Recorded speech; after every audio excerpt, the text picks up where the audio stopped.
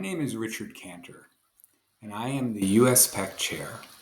I also serve as one of the international co-chairs of PECC, and I am vice chairman at Moody's Investor Services. I would like to thank the French Pacific Territories Committee for convening this seminar and for inviting me and my co-chair to share our perspectives on the blue economy.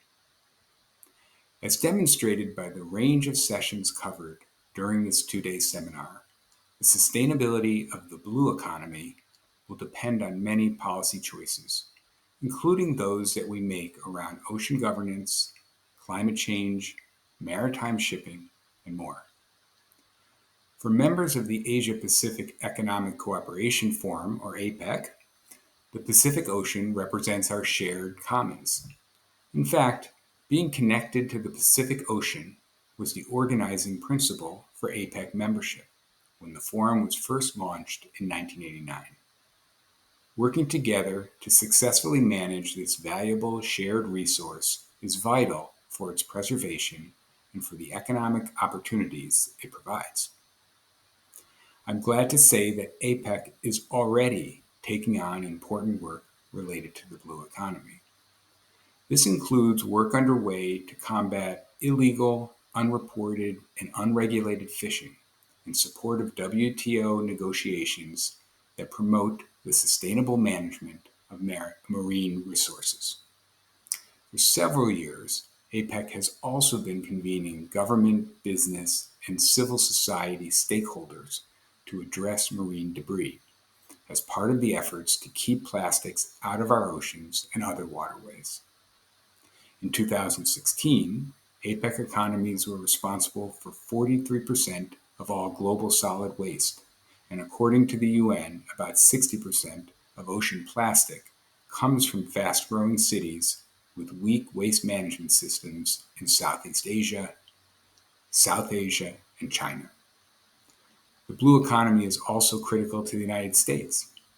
The Pacific Ocean is North America's largest trade lane. Before the pandemic, nearly 20 million container units were shipped to the U.S. via this route in a single year.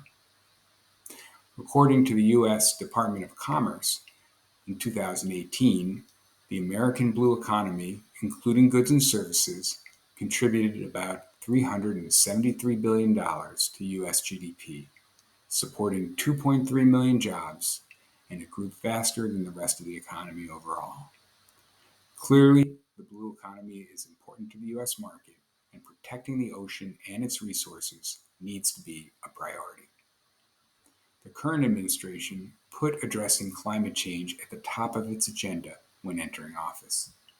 Unfortunately, many of the administration's plans have been put on hold due to domestic politics and due to the need to address the rise in oil and gas prices that are a consequence of the war in Ukraine.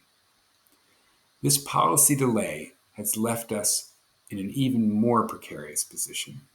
As policymakers, academics, and industry representatives, it is more critical than ever that we cooperate to promote the responsible and sustainable management of the blue economy.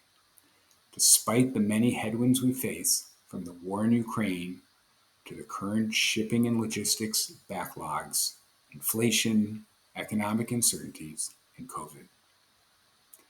To this end, the USPEC committee is working on a project that is focused on developing a framework to help decarbonize supply chains that tie our economies together.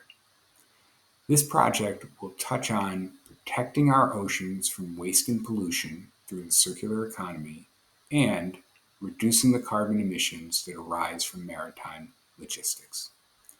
We plan to share with you our publication on this topic and its related recommendations later this year. Our current APEC host, Thailand, has made the biocircular green economy the key pillar of its agenda for this year. And as APEC's host next year, we expect the United States will build on this important work and maintain sustainability as a central element. I look forward to working with my PECC colleagues as we continue to contribute to APEC's sustainability goals through gatherings such as today's event, and through initiatives like our supply chain decarbonization project. I wish you all a fruitful and productive discussion. Thank you very, very much.